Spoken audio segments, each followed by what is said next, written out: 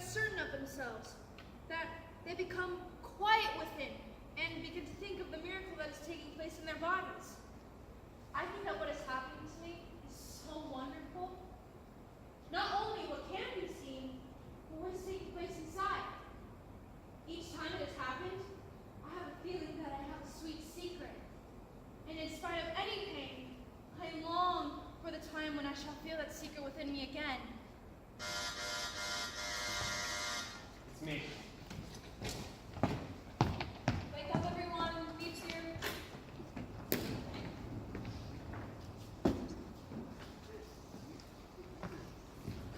Meet, Mr. Polar! What a surprise! We came to bring you New Year's greetings. Oh, you shouldn't have. You should have at least one day to yourself. Don't say that. I think it's so wonderful to see them. I could smell the cold and the wind on your clothes. There you are. How are you, Margot? I'm all right. We filled her full of every kind of pill, so she won't talk or make a noise. Hello, Meep. Mr. Crawler. With my hope for peace in the new year. Me? Have you seen Mushi? Have you seen him anywhere around? But I'm going to stop. The volume that Eric has is the volume that you all need to be. I did not hear any. Look what Meat brought us. A cake! A cake. You shouldn't have. You must have used your sugar rations for weeks. It's beautiful, isn't it? It's been ages since I even saw a cake. Last time I saw one was when you brought us one last year. Do you remember? You brought us one last year, just this day, New Year's Day. I remember it because it had peace in 1943 written on it. Peace in 1944. Well, it has to come sometime, you know. Hello, Mr. Dussel. How are you? Here's the knife, Leafia. Oh, and how many of us there are there? None for me, thank you. Oh, please, you must. I couldn't. Good, that leaves 1, 2, 3, 7 of us. 8. 8. It's the same number as it always is. I left out Margot. I take it for granted she won't have any. Why wouldn't she? I don't think it will harm her. All right, I just don't want her to start coughing again, that's all. And please, Mrs. Frank should cut the cake. Oh, what's Well, it's that not damn Mrs. Franks? Frank's cake, it's me. It's for all of us. Mrs. Frank divides things better. Oh, come on, stop What do you wasting mean by time. that? Don't I always give everyone exactly the same? Don't I? Forget it, Curly. No, I want an answer. Don't I? Yes, but you give everyone exactly the same. Except Mr. Van Daan always gets a little Oh, that's more. a lie. Please, please. You see what a little sugar cake does to us? It goes right to our heads. Here you are, Mrs. Frank. Thank you. Are you sure you won't have any? No, really, I have to go in a minute. Maybe Mushi went back to the house. They say that cats... Do you suppose you could stop by sometime, or... I'll try, Peter. The first minute I get, I'll try. But I'm afraid, with him gone a week, Make up your mind. Already someone has had a nice big dinner from that cat. It's delicious. Meat. This is delicious. Dirk's in luck to get a girl who can bake like this. oh. I have to run. Dirk's taking me to a party tonight. How wonderful! Remember now what everyone's wearing, and we have to eat everything. So you tell us tomorrow. I'll give you a full report. Goodbye, everyone. Goodbye, Mr. Van. There's one thing I'd like you to do for me. Pussy, where are you going? What are you doing? What do you want? What's wrong? Father says he's going to sell that old fur coat. Mother's crazy about that old thing. Is it possible? Is it possible that anyone is so silly as to worry about a thing like that in times like this? It's none of your damn business. You hear? I swear, if you say one more thing like that again, I'm gonna... No! I mean it, I'm gonna... You can't take this! It's mine! You dare take it! Don't be selfish! No! It's mine! My father gave me this! You have no right to take this! It's not yours! It's mine! Let go of it! Let go! Just a little discussion over the advisability of selling this coat. As I've often reminded Mrs. Van Daan, it's a very selfish thing to keep this coat when people out there are in such desperate need of clothing. So if you will you please sell it for us? It should fetch a good price. And, can you give me some cigarettes? I don't care what kind they are, just get all you can. It's terribly difficult to get to Mr. Van Daan, but I'll try. Goodbye, everyone. Goodbye, Bye, me. bye, me. Are you sure you don't have any, Mr. Crawler?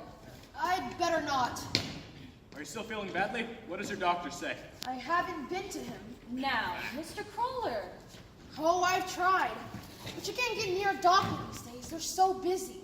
After weeks, I finally managed to get one over the telephone. I told him I'd like to make an appointment. I wasn't feeling very well. You know what he answers over the telephone? Stick out your tongue.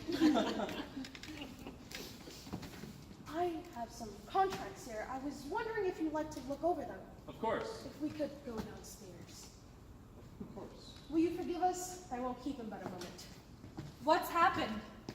Something's happened, hasn't it, Mr. Crawler? No, really. I want your father's advice. Something's gone wrong, I know it. If it's something that concerns us here, it's better that we all hear it. But the children. What they would imagine would be worse than any reality. It's a man in the storeroom. Carl, about 50, heavy-set, nearsighted. He came with us just before you left us. He was from Utrecht. That's the man. A couple of weeks ago, when I was in the storeroom, he closed the door. He asked me, "How's Mr. Frank? What have you heard about Mr. Frank?" I already told him that there was a rumor that you were in Switzerland. He said he heard that rumor too. But he said I might know something more. Then, yesterday something happened.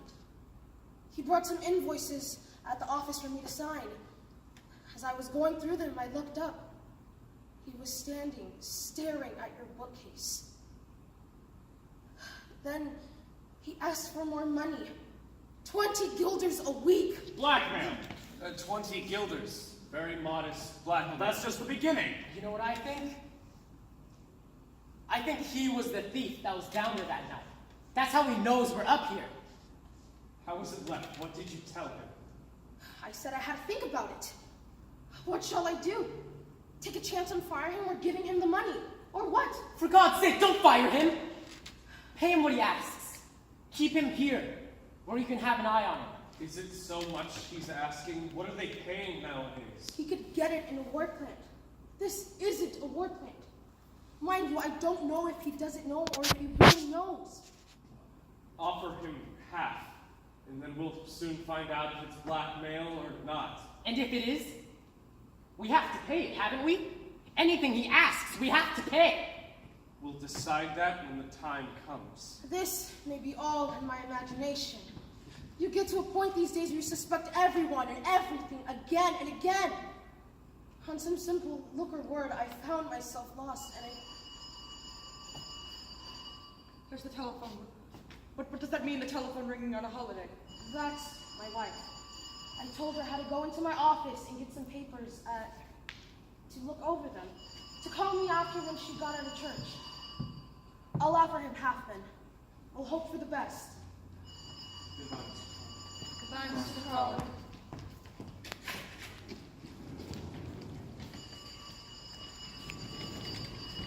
You can thank your son for this. Smashing that light? I tell you, it's only a question of time now. Sometimes I just wish the end would come. Whatever it is. Margot, At least we know where we were. you should be ashamed of yourself talking that way. Think of the thousands dying in war. Think of the concentration camps. What's the good of it?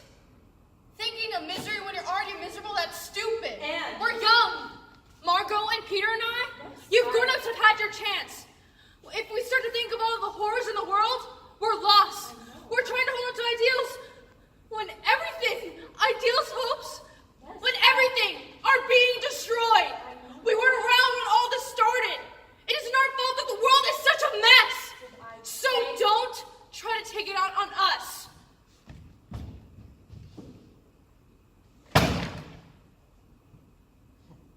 She talks as if we started the war. Did we start the war? Oh, she left her cake.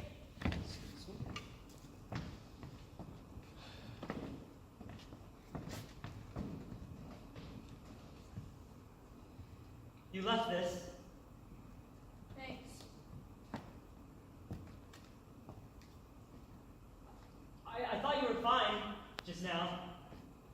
just how to talk to them.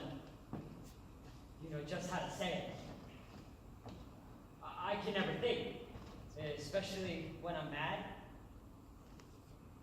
That deuce. When he said that about Bushi, someone eating him, all I could think was, I wanted to hit him. I wanted to give him such a that he. That's what I used to do when there was an argument at school. But now, with an old man like that, it wouldn't be so good. You're making a big mistake about me. I do it all wrong. I say too much, I go too far, I hurt people's feelings. I think you're fine. What I mean to say is, without you around here, I don't know. I think what I'm trying to get at is that it's just that I imagine that I've never had anyone else in here to talk to.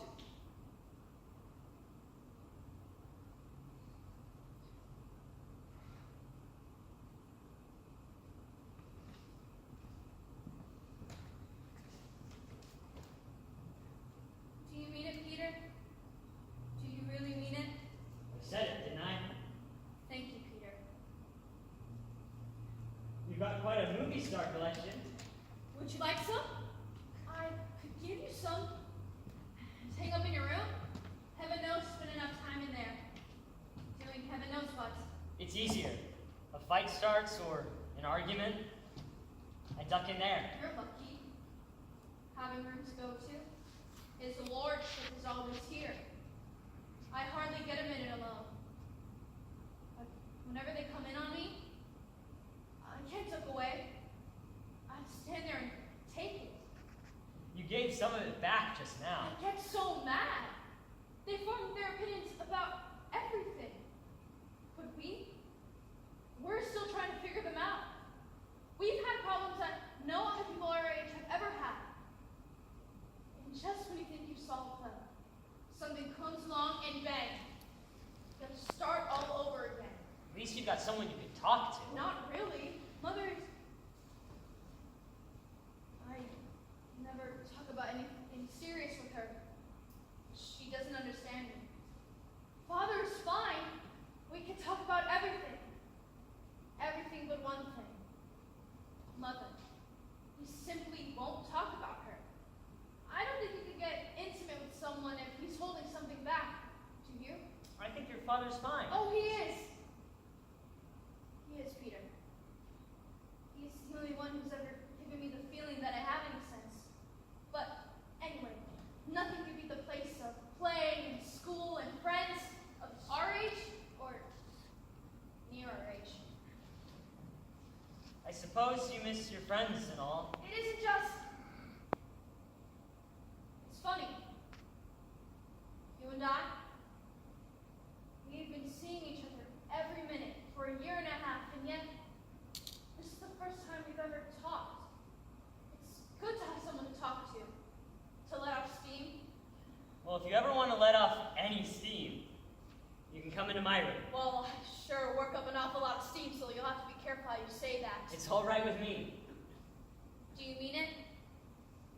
I said it, didn't I?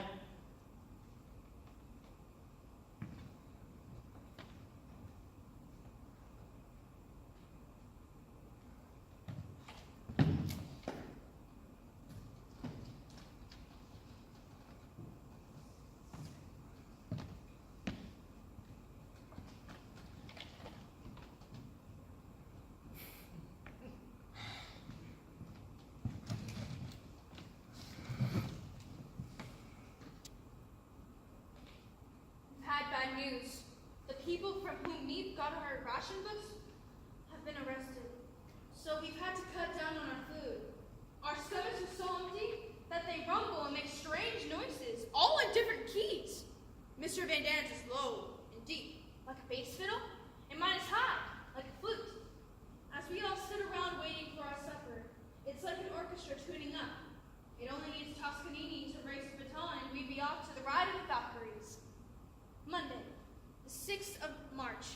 1944. Mr. Crawler's in the hospital. It seems that he has ulcers. Pim says were his ulcers. Meep has to run the business, and us too. The Americans are landed on the southern tip of Italy. Father lives